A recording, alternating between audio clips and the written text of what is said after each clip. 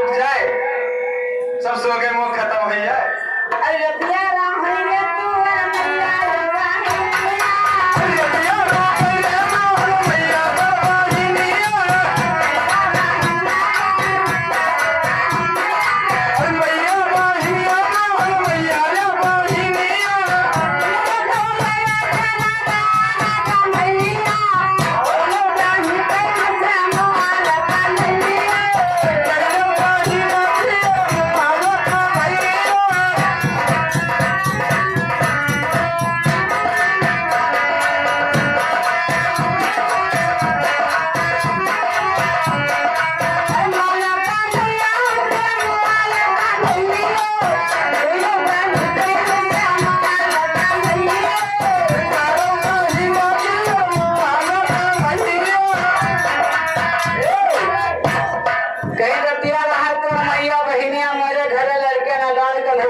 अच्छा तो ही एक होशियार और हम बैठा हैं। फिर बताओ बाबा, जब इनके बिहावे नहीं हो तो मैं लड़के कहाँ से आएंगे हो? लेकिन है अगर जो लड़का है ये हो तो वो हो जुगाड़ है। अरे कौने माँ सागवानी भैया तो दिया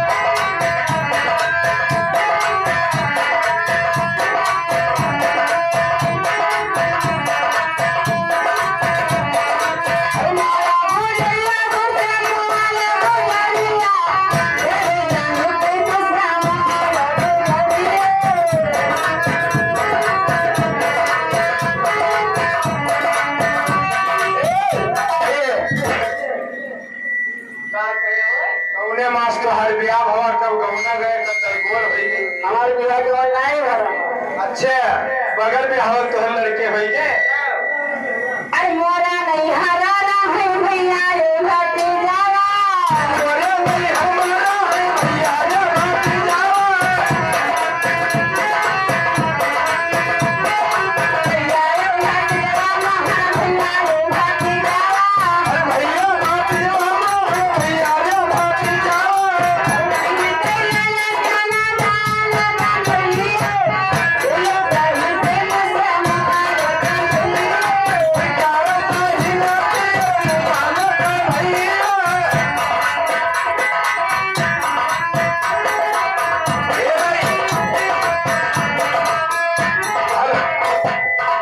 ऐसा है कि पहले बहुत नार्मल लड़का नार है तो सामान ले जाओ देखो खेला के लिए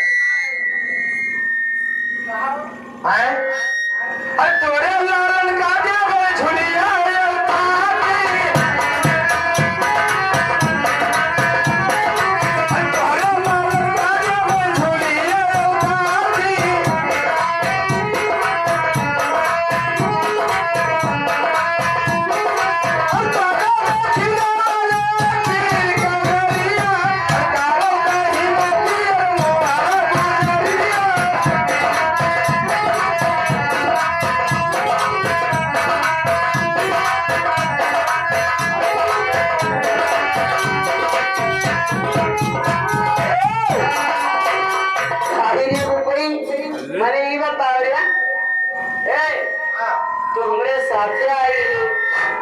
सलाह कहिए दोनों मिला आई बताओ खाली हम ही चली जाए कन्हैया जैसे झगड़ा लड़ाई करेगी मैं तो नहीं जानती कौनो दिक्कत नहीं चाहे दोनों मिली रहो अरे नदिया ला गई भाई तोरे झोले आए